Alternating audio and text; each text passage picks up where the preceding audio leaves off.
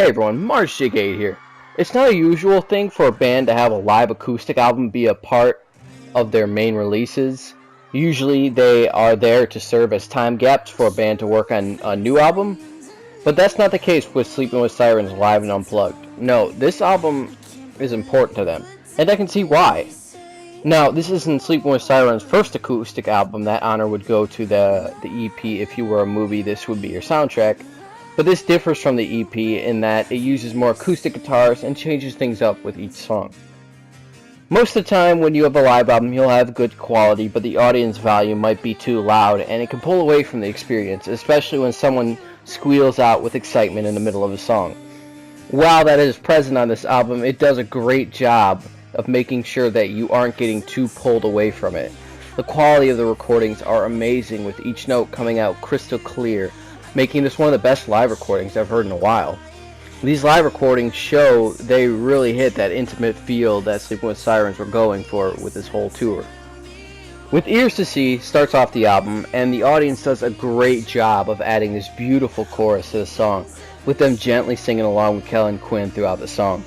If I'm James Dean is a great example of how the band decided to change things up a bit, with this version of the song having this really catchy jazz beat to it, with these cool guitar warping effects going on.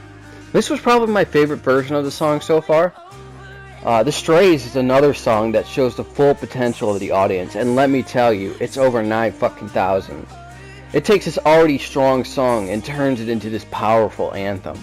And the fact that Kellen makes a point to thank the people who had written Strays on their hand, it just gave this song a better understanding of how the people in the crowd connected with this song on a deep emotional level. While I did enjoy this album, I do feel at times some of the songs just didn't fit in as well. Like they had tried using a puzzle piece that didn't fit properly, so they just forced it in and said fuck it and went with it.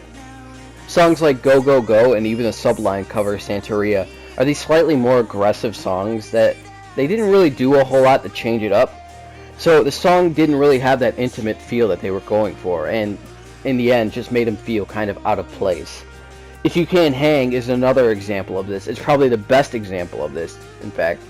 While I understand this song is a crowd pleaser, I feel like this one was way too aggressive for this experience. I feel like if they had changed it up a bit, maybe and made it a little bit softer, more acoustic, and more of a slow-paced song, it might have fit better. Or even if they had taken it out and put in another song that fit the theme better. No, I just feel like this song did not fit well at all. This was probably one of the best live recordings I've heard in a while. It's rare for a band to take the time to usually create these kind of experiences, because sometimes they don't always work out. Not every live and unplugged is going to turn out to be like Nirvana's Live and Unplugged. And that's not saying that this album is similar to that, but Sleeping With Sirens did a great job in adding new elements to the songs that gave them this fresh yet familiar feel, while also utilizing the potential of the crowd chorus. The crowd literally feels like they are a part of the song. There are some tracks that don't blend well with the concept of the album, but they aren't bad in any ways. There's strong songs that just feel like they were too aggressive and didn't fit entirely well. So for my final score, I give Sleeping With Sirens Live and Unplugged an 8 out of 10. And as always, these are merely the opinions of one man with the power of PlayStation 4, a headset, and the internet. Remember that your opinions may differ from mine, and that I would love to hear whether you agree or disagree down in the comments below. I hope you guys enjoyed, and if you have a suggestion for the next album I should review, leave it in the comments as well. Until next time, Mars out. Waiting orders. Hostile Hellstorm overhead. Priority request received. Reroute. Confirm 1 EKIA. Solid copy.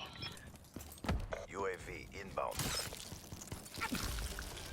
Good job, CVP. Mission reassignments inbound. TACOM, requesting redeploy to new hot zone.